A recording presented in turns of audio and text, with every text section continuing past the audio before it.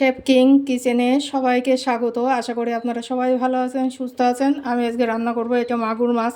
তো মাছটা আমি ধুয়ে নিয়েছি, এবার গরম পানি করে ধুয়ে নেবো। তার জন্য কড়াই বসিয়ে দিয়েছি। কড়াই দিয়ে দেবো পানি।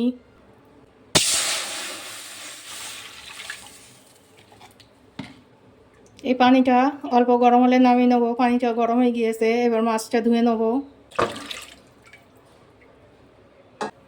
এর গরম পানির মধ্যে মাছগুলো দিয়ে দেবো।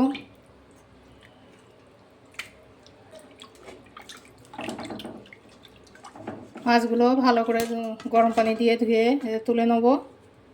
এবার মাছটা রান্নার জন্য কড়াই বসিয়ে দিয়েছি। কড়াইটা গরম হয়ে গিয়েছে। এটা আমার 100 সরষের তেলের বোতল। 100 তেল দিয়ে দেবো। এই মাছে তেল বেশি লাগে। পেঁয়াজটা একটু নাড়াচাড়া করে কেটে ধুয়ে রাখা আলু দিয়ে দেবো। আলু আর পেঁয়াজটা ভালো করে ভেজে নেব। আলু আর পেঁয়াজটা ভালো করে ভেজে এবার একটু আদা রসুন বাটা দিয়ে দেবো।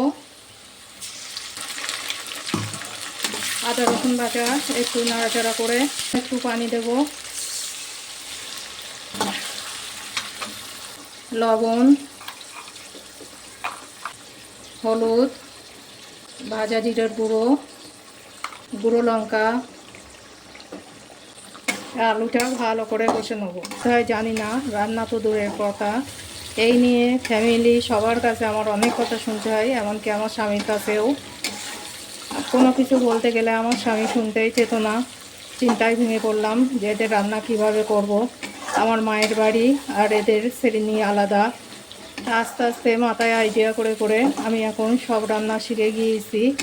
আমার স্বামী আমার রান্না খেয়ে এখন খুবই প্রশংসা করে, এমনকি আত্মীয় স্বজন যে যা আসে সবাই খুবই প্রশংসা করে। আমি জানি না আপনাদের আমার রান্নাগুলো কেমন লাগছে। যদি ভালো লেগে থাকে প্লিজ একটা সাবস্ক্রাইব করে আমার পাশে থাকবেন। আমি এই আলুটা খুব ভালো করে কষে নিয়েছি। এবার এই মাছগুলো দিয়ে কষে নেব। এটা মাগুর মাছ।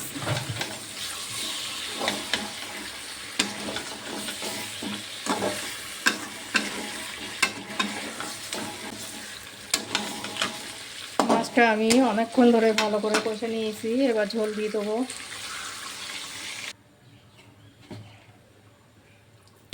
ঝোলটা ফোটা পর্যন্ত অপেক্ষা করব। ঝোলটা ফুটে গিয়েছে, কেটে ধুয়ে রাখা বেগুন দিয়ে দেবো।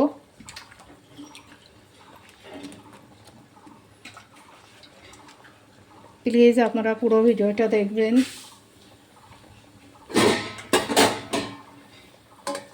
ঝোলটা ফুটিয়ে নেব ঢাকনি দিয়ে। আমার এই মাছ রান্নাটা হয়ে গিয়েছে, এবার নামিয়ে নেব।